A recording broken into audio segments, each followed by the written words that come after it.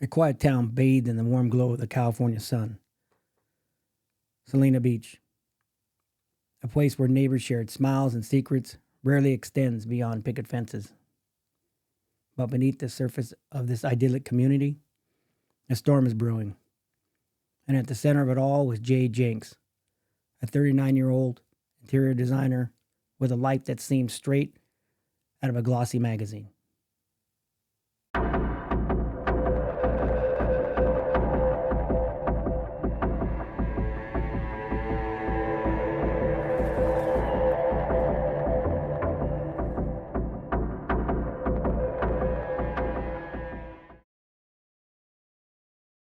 Welcome back to True Crime Desk. I'm Richard. And today we're going to be delving into the case of Jade Janks. Now, this is a pretty recent case. It's not that old. And I remember the first time I heard of it, I was definitely intrigued, definitely interested in it. Now, they pretty much had a suspect right away. It wasn't a whodunit. And they just had to get some evidence and proof. But it's a really good one as far as I'm concerned. So we're going to check it out. So all that being said, let's get into the case. Jade Sasha Janks was born on October 14th, 1983 in San Diego, California, to the parents Steve and Jenny Janks. Ever since Jade was little, she always decorated her room, cleaning it and making it look beautiful. She attended a local high school in Salina Beach, California. After graduating from high school, she continued her education. In 1995, Jade decided to attend Mesa College in San Diego and completed her Bachelor's of Arts degree. After spending 3 years there, she was more determined to earn a degree in the interior design industry. After graduating from Mesa College in 1998, she went on to earn a degree. In 1998, she decided to enroll in Miracosta College. She then pursued small business and management and design and extended in this area. She finally finished her studies and got her degree in 2000. Academically, Jade was always a bright student. She was always very passionate about her studies and her work. She was definitely a very intelligent lady and extremely motivated, that's for sure. After completing her degrees and graduating, Jade took her first job in February 2001 at Janks Construction Incorporated, her father's business, where she handled administrative duties and oversaw the management. There she worked for 3 years and 3 months to gain work experience. Then in April 2004, she got a job as a project engineer at a company called Gordon Prill. She worked there for quite a while. After being there about 7 or 8 years, gaining experience, she decided to start her first business. And she called it Jade Tile and Stone.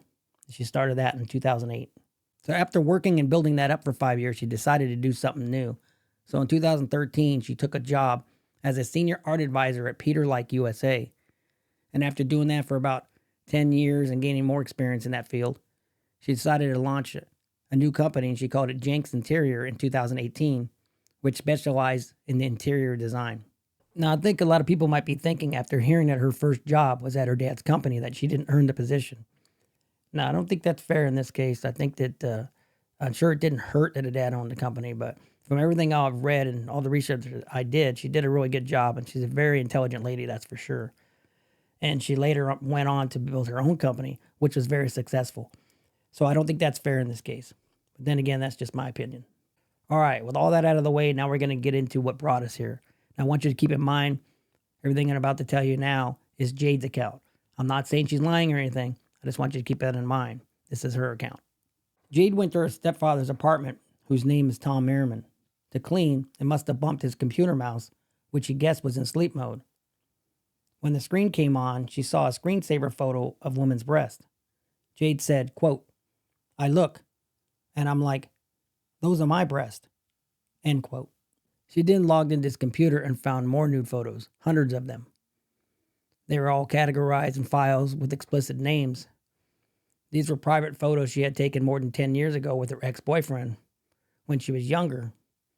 And she had gave her boyfriend permission to have these photos, but she doesn't know how Tom got a hold of them. On December 15, 2020, Tom was admitted to Scripps Hospital in California after a bad fall in his home. So that's why on December 23rd, 2020, while Tom was in rehab, Jade went to his apartment to clean, just to be a good stepdaughter and try to help him out.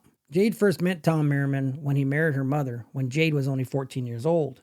Jade said they stayed close even after he divorced her mother.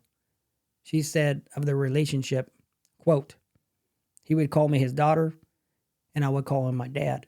Merriman was 64 years old and co-founder of Butterfly Farms, a research and education nonprofit dedicated to the conservation of butterflies. In 2020, Jade moved next to Tom at the height of the pandemic, and after discovering the photo, she said, quote, "It was the most violating, just awful, gut-wrenching feeling ever. I remember I felt sick. I didn't even want to touch my own skin. I was terrified to be alone, to use the bathroom or to change clothes, and wanted someone to look out for me and to make sure that I was safe." End quote. That's why she reached out via Facebook to a man named Alan Roach, who worked in security on the same day she found the photos on Merriman's computer. In their initial conversation on Facebook, Roach told Jade, "If you have a problem, I could fix it." Jade and Roach then took their conversation off of social media but continued to text each other. And those texts would come back to haunt Jade once law enforcement got involved. Now, on December 31st, 2020, Jade picked up Tom from the hospital where he was undergoing treatment. She said that on the day she picked Tom up, he had taken pills on his own that left him unable to walk, and she couldn't get him into the house. Now, when she couldn't get him in the house, she decided to leave him in the car overnight. When she got up in the morning, she discovered he was dead and panicked, thinking that people were going to blame her for his death. She then admitted that she wrapped him in that blanket and put trash and empty boxes on top of his body to try to hide it. Now, that doesn't make any sense. Just because he's found dead in the car doesn't mean they automatically blame her. So why wouldn't you just call the police?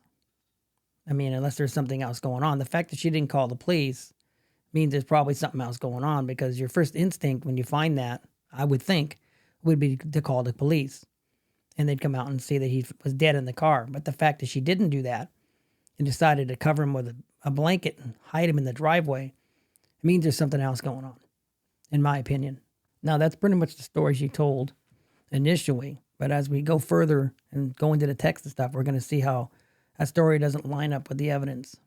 Now, Jade texted Alan Roach at 12:39 p.m., and the text read, "I can't carry him back into the car or into his house. I'm not strong enough. Can you come, like, right now?" Once again, suspicious. Why would she do that? Jade's text to Roach continued, and at 2:59 p.m. she texted, "He is waking up. I am not sure how much longer I can control my temper." At 4:12 p.m., Janks texts, "BTW, he is waking up and I'm getting more aggressive." And at 4:28 p.m., "He is super medicated and I can't keep a kicking body in my trunk. I'm about ready to club him." At 4:30 p.m., "He is waking up and I'm about ready to club him." And then at 4:35 p.m., "He is very awake and I am on my own." Roach never came over on the afternoon of December 31st or any time on January 1st, although Jade continued to ask for his help. Now, Alan Roach was not charged in connection with the death of Tom Merriman, nor did he appear in the trial. Now, the last text that she sent to Alan Roach was at 5:33 p.m. on January 1st, 2021, as she's being pulled over by the police to ask if she knew where Tom was. The text said, "Lose my number, I'm getting pulled over."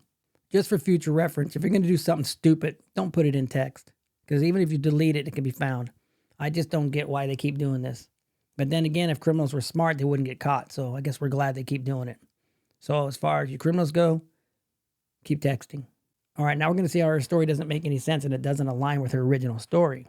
If you remember, she said that she saw him in the car dead. She found him in the car dead, pulled him out on the driveway, covered him with a blanket, and then put boxes over the top of him. But nowhere in her original story did she mention being angry. She didn't mention wanting to club him, and she didn't mention texting somebody else about helping her hide the body. She didn't mention any of that for some reason. I wonder why that is.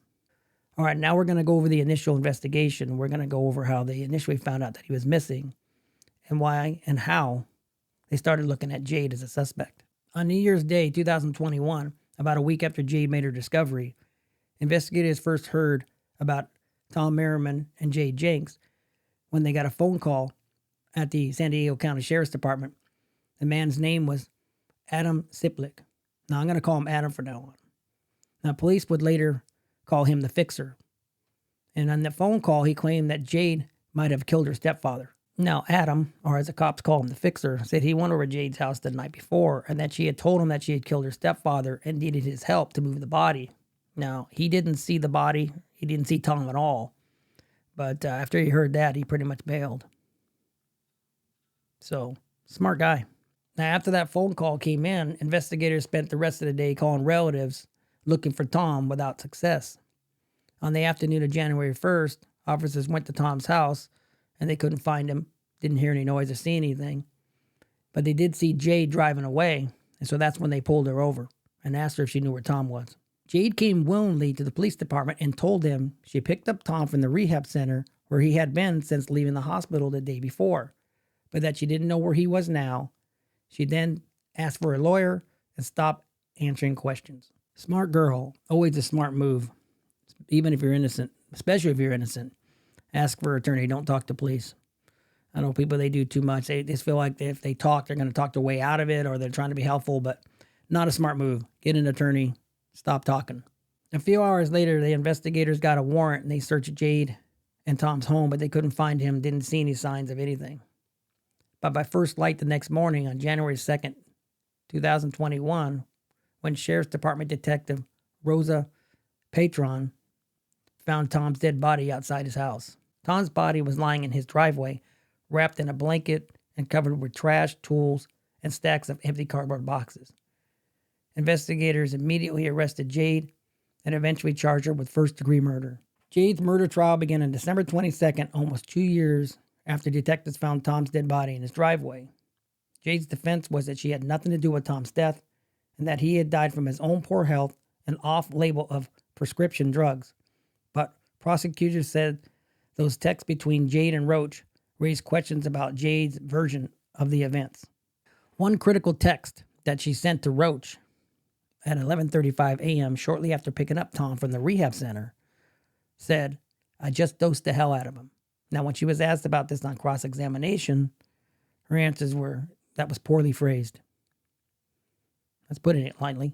Now, when she was continually asked about that text by the prosecution that said, "I dosed the hell out of him," it said that sound like that kind of implies that you gave him a lot of drugs. And she says, "Yeah, it does sound that way." Sometimes it's just too easy. Jade testified during the trial that she understood the fixer, a.k.a. Alan Roach, worked in security, and that she wanted his protection while she confronted Tom about the naked pictures. After picking up Tom on December 31st, Jade was accused of texting the fixer, "I just dosed the hell out of him," before stopping at a shopping center to buy items prosecutors allege were used in the King. Now, when the fixer, a.k.a. Alan Roach, wasn't able to come to Salina Beach, he sent a friend instead. Now, when that friend came over, Jade allegedly told him that she wanted him to strangle Tom and then drag him into the house, and then she would take care of the rest. And of course, he wanted nothing to do with that, and he got out of there because he's a smart guy. So then she supposedly called another friend later on, had him come over. She had admitted to him that she had killed Tom and that she wanted him to drag him into the house. And once again, he wanted nothing to do with it. He left, and then he called the police. Now, the prosecution alleged that she used a grocery bag or a pillowcase and smothered him, or tried to, after she dosed him. But when that didn't work fast enough, she used her bare hands and then threw him out on the driveway and covered him with all the trash. Now, you're going to see when she's on trial here, or on the stand that is, that she changes the story from what she originally said. Now, Jade testified during the trial that Tom was heavily intoxicated when he was discharged from the medical facility, and that she reached out to others to help move him into the house. When she was unable to move him in on her own, she left him in her vehicle to sleep it off. On the morning of January 1st, she said she moved the car to Merriman's house, then realized he was dead after he was cold to the touch. Now, when asked why she just didn't call 911, Jade said that she didn't want to be blamed for Tom's death, so she panicked and tried to take him out and put him in a wheelchair, and she wasn't able to do that, and he fell down on the driveway. Not wanting the neighbors to see, she said she piled empty boxes and other debris on top of Tom to keep him concealed until she could figure out what to do. Now, later that day, Jade was pulled over by the police, and that's when she texted the fixer, Alan Roach, "Lose my number, I'm being pulled over." Now, when she was asked why she made that text, she said because she didn't want him to be unfairly accused by the police. On Monday, Mark Carlos, Jade's attorney, said there was some conduct that was occurring between Jade and Tom during her teenage years.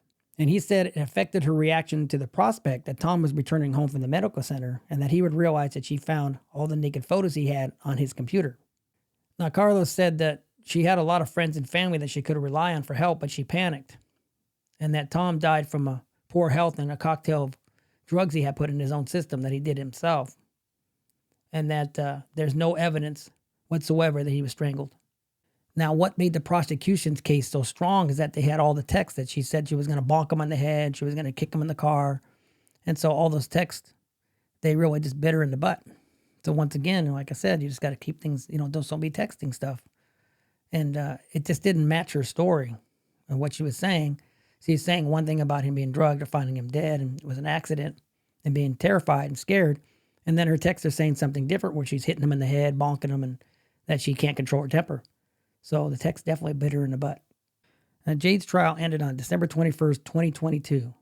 Now, Jade Janks was convicted of murdering her stepfather and was sentenced to 25 years to life in prison. Now, the judge said that Jade will be eligible for parole in 25 years, and she'll be 64 years old at that time. Now, Jade did have a statement for the court, and she told Superior Court Judge Robert Kenney, quote, Tom came into my life when I was a little girl and extended influence during the early stages of my development when I was still figuring things out. Unfortunately, that influence manifested itself into touching, coercion, and sexual behavior, and a complete violation of what I realized was years of physical manipulation. All of this came crashing down on me when I found hundreds of naked photos of myself on his computer. I felt shattered. I'm sorry I didn't act the way I was supposed to that day, but I think about it every day since. And to Tom's family, I understand you hate me for what you believe I did to Tom. However, there's a lot more that you don't understand. End quote. All right, this is the part where I'm going to give you my opinion and tell you what I think of this case. Now, first off, I definitely think she's guilty, and I think she did a bad job of hiding it. She saw those naked pictures of her on his computer, that is, and she definitely was upset about it. She had every right to be because it's disgusting. And I think there might be some evidence that he did do what she said he did as far as abusing her when she was younger, because I mean, it makes sense that he had pictures of her later on. So that might be true, but that doesn't justify what she did. It doesn't justify killing somebody unless he was physically attacking her at the time. So I think that she got angry. She wanted revenge, and she saw her opportunity and she took it. But that's just my opinion. Now, outside the courtroom, Jade's attorney, Mark Carlos, was asked why she never brought up the alleged abuse during the trial. And he said, quote, it's because Jade has asserted she did nothing to cause the death of Mr. Merriman. Had she actually caused the death of him, that should go towards a manslaughter charge. End quote. Mark Carlos said he will be filing an appeal on Jade's behalf. All right, guys, that's going to do it for this case. It's not quite as long as the other ones, but interesting nevertheless. So this is the part where I ask you guys to get down in the comments and let me know what you think. Is she innocent? Is she guilty? Did he abuse her? Did he not abuse her?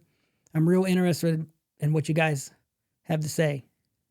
I always keep saying I'm interested in what you guys have to think.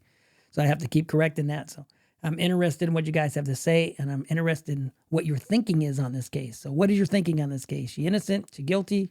Like I said, put it down in the comments and we'll discuss it. So if you haven't subscribed, I'd appreciate it if you would. And that's going to do it. So until next time, stay safe, stay curious, and remember to always mind your surroundings. Bye.